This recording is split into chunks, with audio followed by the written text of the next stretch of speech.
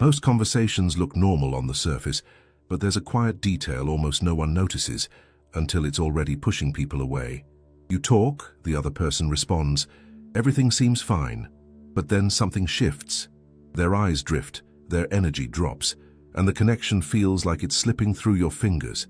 The strange part is that nothing dramatic happened. You didn't say anything offensive. You didn't make a big mistake.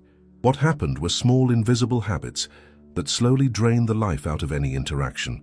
Today, you'll uncover the 8 subtle behaviors that damage conversations without making a sound. And once you recognize them, the way you communicate will completely transform. The Stoics understood that most of our problems don't come from malice, but from blindness. Epictetus said that people don't choose to act wrongly. They simply don't see clearly. This applies directly to communication. We often believe we're being present, clear or kind, but the other person is experiencing something entirely different. Words are only a fraction of a conversation. Tone, timing, attention, and emotional awareness carry far more weight. When we don't see our own patterns, we become unaware of the impact we have on others, and it's exactly this lack of awareness that creates distance. So let's begin with the most common habit of all. Habit 1. Waiting for your turn to speak instead of listening. It looks like you're paying attention. You nod, you make the right sounds, you keep eye contact. But inside, you're simply preparing your reply. The person shares something meaningful, and while they talk, you're rehearsing what you'll say next.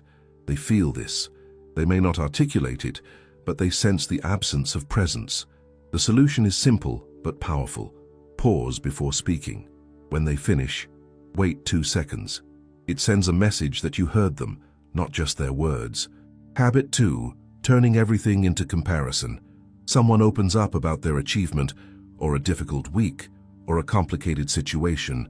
Instead of honoring their moment, you tell a bigger version of the same story.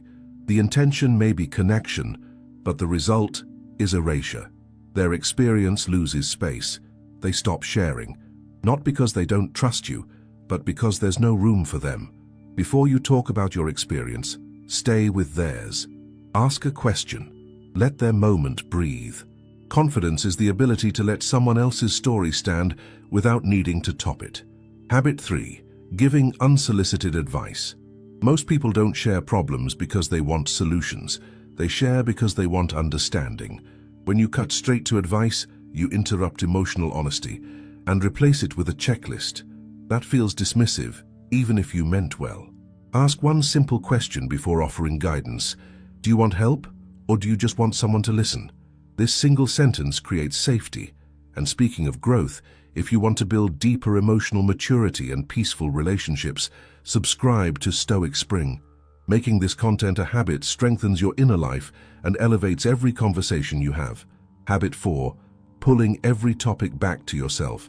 It's subtle, but incredibly draining. Someone shares an experience, and immediately you relate it to your own. Not because you want the spotlight, just because it feels natural. But over time, the other person learns that conversations with you always circle back to your world. To undo this, practice remaining in their story longer than you normally would. Let your curiosity guide you instead of your impulse to relate. Habit 5. Interrupting and finishing sentences. Many people do this thinking they're helping, but the effect is the opposite. When you cut someone off, you signal that their pace or thought process isn't worth the time it takes to hear it.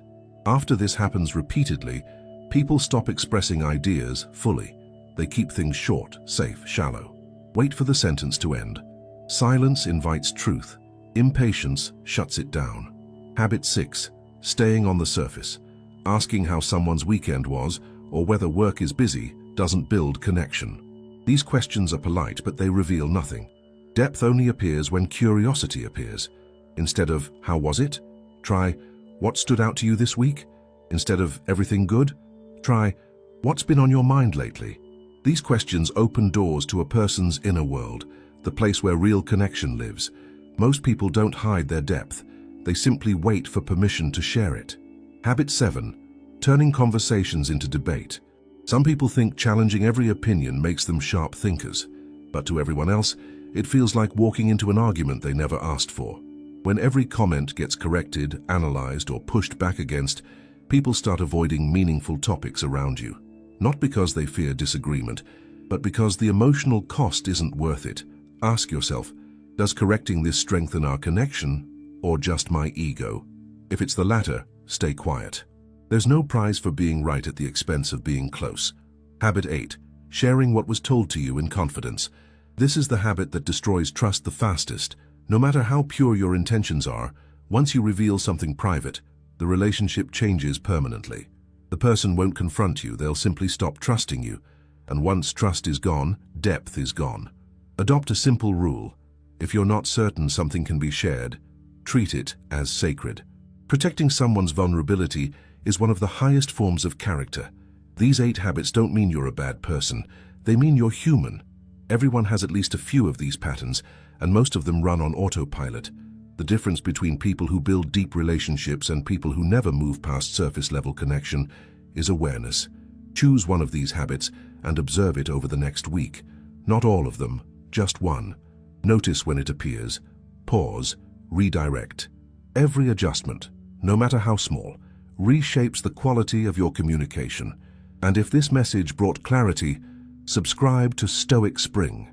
Building the habit of nurturing your inner peace and emotional maturity is one of the most valuable commitments you can make. Thank you for being here. Stay aware, stay present, stay connected.